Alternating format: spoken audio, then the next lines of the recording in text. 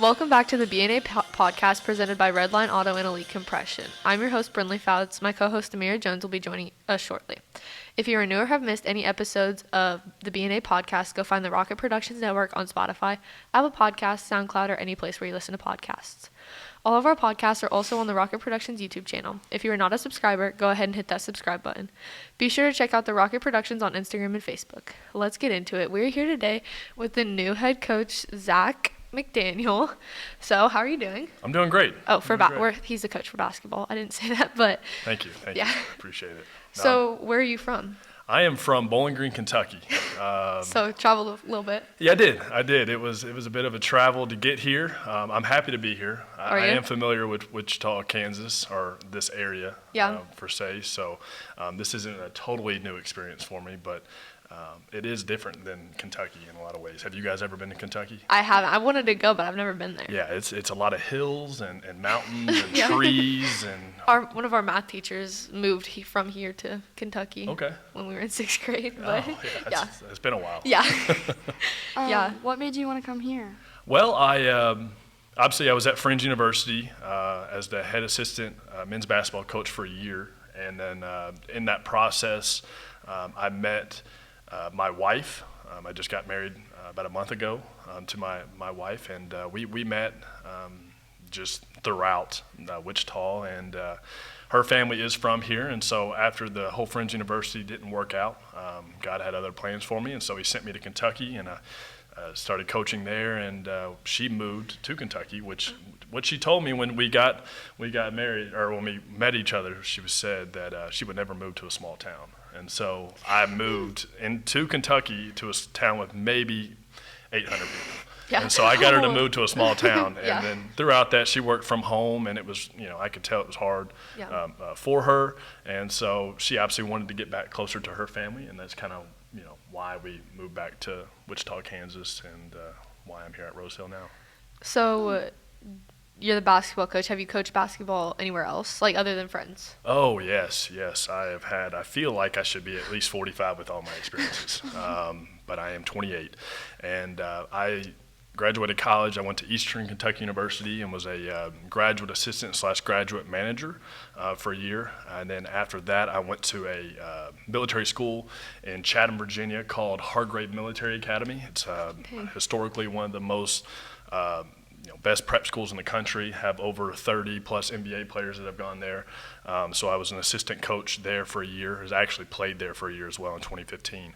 And then after Hargrave, I went to Fringe University for a year and did that and had a great experience there. And then I went to Ballard Memorial High School in La Center, Kentucky, which is Good my God. A lot of experience for 2 years, and had a lot of success there, and won some games for the program that hadn't won in a while, and did some big things, and had some great players, and then now I'm at Rose Hill, so really excited to be here. So are you originally from Kentucky and then you moved here and then back and now you're back here? Yes. Okay, so you moved back and forth. Yes. So I don't know if you guys probably have not experienced moving across the country, which I guess a lot of people think across the country is from like New York to Los Angeles, and when I say across the country, I mean like you physically get a U-Haul and you put all your stuff in it and you move from Kentucky to Kansas, which is like a 12-hour drive, and a U-Haul is like 14.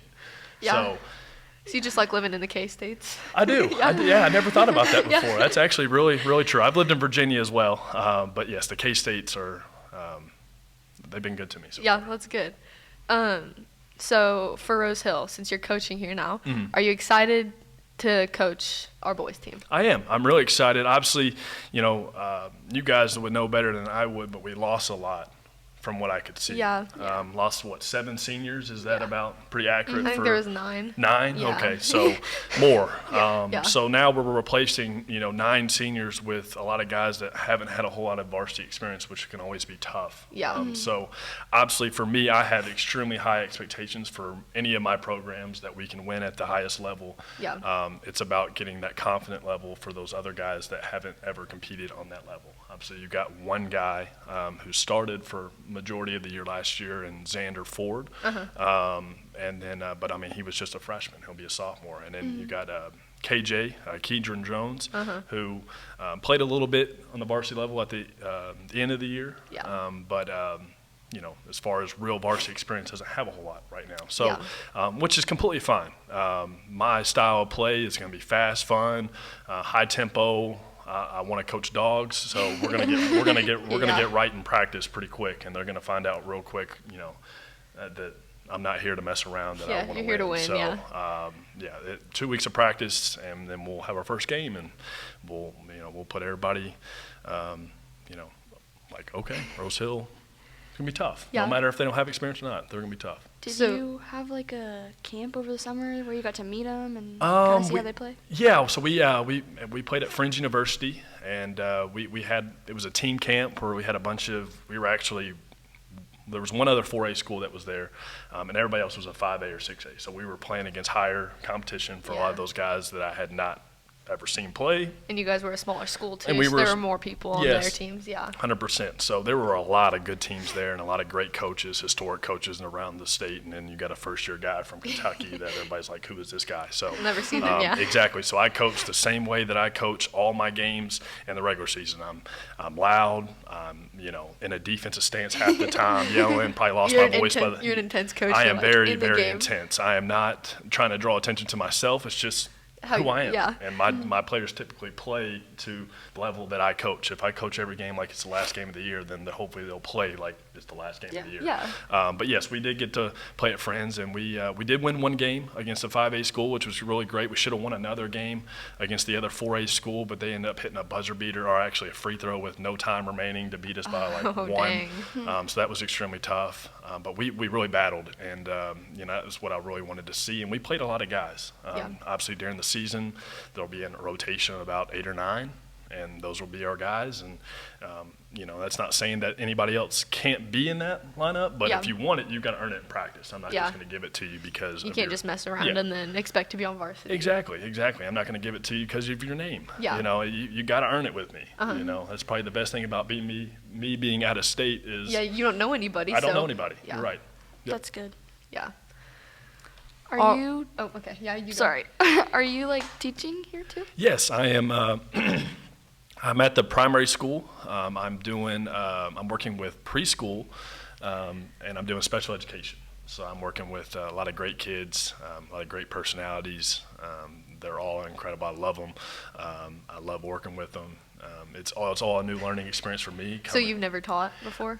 In Kentucky for 2 years, I was an employment specialist, which is working with seniors, trying to help them get jobs. So you're talking about working with the highest of the high in high school. And then the year before that, I was a credit recovery teacher, which again was working with seniors, juniors that hadn't done anything for 3 or 4 years as far as grades. And then they're literally trying to graduate in 1 year, so they put them on the fast track. And so, again, working with the highest level type of mentality for high school, middle school, and elementary. So then to go from high school kids, seniors, to preschool is big change. Yeah, it's a big change. It's tough mentally to wrap your mind around who you're working with, and you can't have those same conversations that I was having with those high schoolers about real life, and then you're talking to preschoolers and you're talking the same way. It just doesn't align. So still trying to figure all that out. But so it's different, but it's a cool experience. It is. It's a great experience. Getting to work with any type of kid is a great experience. Just knowing that I have some type of factor for how they're going to, turn out in the real world is hopefully they'll remember who Mr. McDaniel was and what he taught me. Yeah. That's cool. All right. We'll be right back and talk to Coach McDaniel about some other things. But before that, Elite Compression has been offering their service for over 6 years. They fit all patients with lymphedema and chronic venous insufficiencies and make it easier for the patient to live their lives to the fullest. They are open all weekdays from 8:30 a.m. to 4:30 p.m. You can locate them at 10346 Stonegate Street. You can contact them today at 316-636-7900.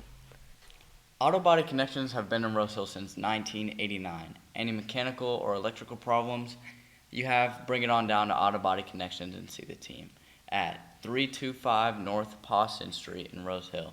And the phone number on that is 316-776-0222. All right, we are back today with Coach McDaniel. So, how tall are you?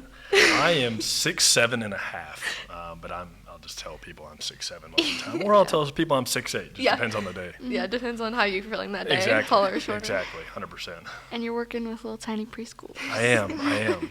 So I do a lot of bending over, which is not easy for someone that's tall. Yeah. But it's part of it. You got to grind through it. It's early still, so I'm still trying to figure everything out with how my body feels after the day is over. But it's all good. It's all good. We'll figure it out. Yeah. So, is it hard working with preschoolers? Like, do they need constant attention and like? Some of them that I work with, yes, they definitely need constant attention and someone around them, the entire time that they're at school, which is fine. I mean, there's not every kid learns the same, not every kid looks the same, and so that's the joy of working in special education is you get to work with those that may need that extra attention, but it's the memories that you make with them and the things that you can teach them that you see that light bulb click on, and it's like, I understand it, and it's like, holy crap, like that's one of the best feelings in the world. Yeah. I get that. I've always wanted to be a teacher, but like I don't know where I want to teach or like what I want to do. I want to do high school or elementary school. Yeah, well, you got plenty of time to think about it. Yeah. Yeah. Have you always wanted to be a teacher? Like, did you know that from the beginning? Honestly, I wanted to be a college coach, which I got to achieve that while I was at Eastern Kentucky and while I was at Hargrave, and I even count, Friends, and I even count Hargrave as a college coaching experience because literally when I coached there, we went 37-1, and we finished top 10 in the country. We played all up and down the East Coast. We went to Massachusetts. We played in Fort Lauderdale. So, and we had, I think we had maybe 7 or 8 guys go Division I on that team. So, I like to count Hargrave as, college because you're coaching college level dudes at the basketball level, and it was a military school. So I don't know if you guys have ever heard of a military school. No. It's tough. It was an all boys school as well. So there was. They were really good at basketball. Oh, really good. I mean, extremely gifted with, athleticism and the ability to shoot and the ability to be a great teammate. It's definitely an experience that I think all high-level basketball players could, gain is going to a school like Hargrave Military Academy and playing at that high level, because there's other prep schools up and down the country throughout the East Coast. Here in at Kansas, you got Sunrise Prep. I don't know if you guys have heard of Sunrise, but they're high level. It's a really cool experience. Yeah. So would you recommend that to people going there? Absolutely. If you're not getting the recruitment that you think you deserved, or you're not getting to the point that you wanted to, like you're getting D3 offers and you think that you're a D2 or D1 player or NAI for that matter, then I would say go to a military school, go to a prep school and get that experience. Obviously, Kansas to Virginia is a 30-hour drive, so that would be tough, but I did it, and I was living in Kentucky, and it was every bit of a 10-hour drive, but it was doable for me, and I made it work as a player and as a coach. So as a coach, do you like to is your life basketball, or do you I don't know, do you do other things, or is just basketball your life? During the season, it's basketball is kind of like life. Yeah. That's why I didn't get married until I was 28 years old, was because when I was, around the game, I was just dedicated it, and I was everything I had was into the game of basketball. And so now, being a teacher, you kind of have to have a balance. You're a teacher first, then coach. Yeah. You're not a coach first and then teacher. If I put the coaching ahead of being a teacher, then I'm not going to last long here at Rose Hill. So it's kind of like student athlete. Yeah, student. 100%. That is exactly a great comparison. And then obviously now I got to devote time to my wife. Yeah. Because if I just basketball and teaching is all my life, and I come home to an angry wife, it's not going to be good for me. Yeah. So I gotta definitely show her some love and do fun things with her, even if I'm maybe not feeling it. It's just. It's part of life, so I am excited to be married. I'm excited to be around her. She's incredible. So yeah, that's good.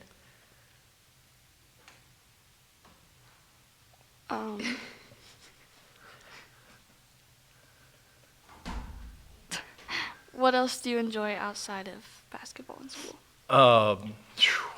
We watch a lot of Netflix. We love watching just the the dating shows and whatnot. We really enjoy that. So do you guys watch Love Island? No, not Love Island. We like watching Love is Blind. Okay, yeah. Love is Blind is a good one. So we're into those shows, and we try to, binge watch those as much as possible. I really love watching football. Sam, my wife, does not like football, which is okay. She didn't kind of grow up around it like I did. Yeah. So, but we try to go do fun things. We try to go to the mall. We try to do date nights and stuff. So, that kind of takes up a lot of my time. Yeah. When I'm not teaching and coaching. All right. Well, thank you for watching and listening to the B&A Podcast on the Rocket Productions Network. Remember to subscribe to the Rocket Productions Network on Spotify, Apple Podcasts, SoundCloud, or any place where you listen to podcasts. If you're not already a subscriber to the Rocket Productions on YouTube, please subscribe. Until next time, for Amyra Jones, I'm Brinley Fouts.